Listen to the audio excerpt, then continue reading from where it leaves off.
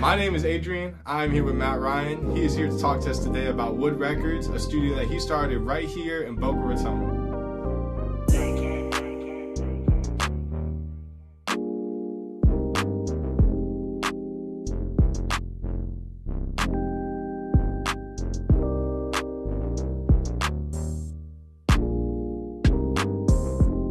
Well, it's not really just a studio, I would say.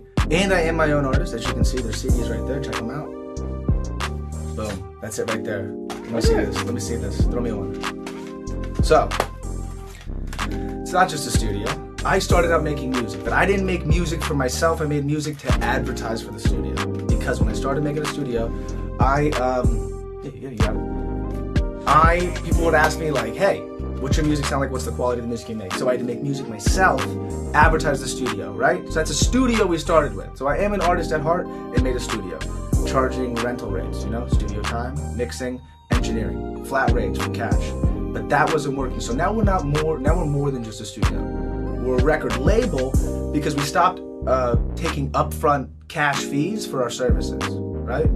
So now we're a label, and the reason I want to be a label as opposed to either a studio or a used instrument shop, you know what I'm saying, or any sort of thing in the music business that doesn't involve creating music, is because the streaming number charts, simply that. The market share for streaming numbers is exponentially increasing year after year. If you look at the charts, it's insane. It's literally an exponential curve, a hockey stick as they would say.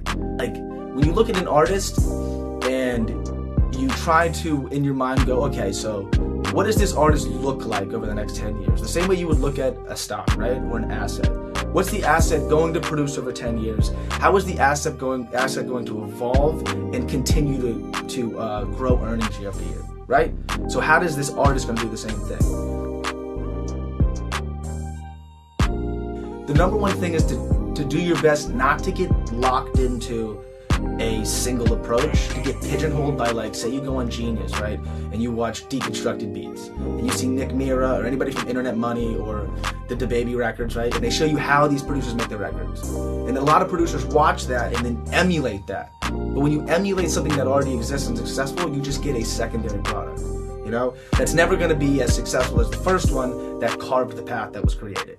So I would say at all times, strive to do something that you are unsure of in the studio. Stop going to what you just automatically go to every time, so you stop getting the same product, and use more instruments than just like software plugins and just the go-to industry packs. I would say take a drum kit out. We have a synthesizer, anything to make a different sound. Experiment, because even if you don't end up liking the product, you can always just not use it, right?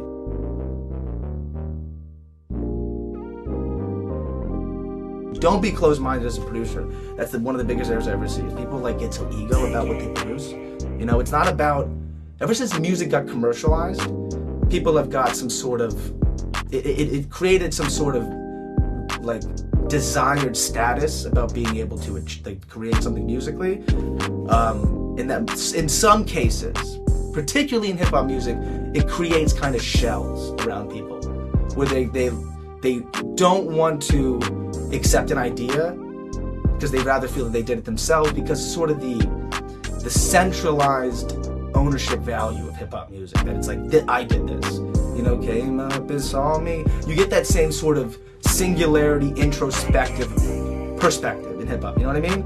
Everything is, I did it, nobody helped me, I did it on my own, which is actually the exact opposite of how music's created. So there's nothing wrong with branding yourself with that I did it myself thing. Just so long as behind the scenes, the people that you actually work with, you are completely open and you collab like they did in all the successful music we see over the years, which is done with great collaboration. So I would say, keep your ego on stage, but the second you go to produce with the creatives, leave that at the door,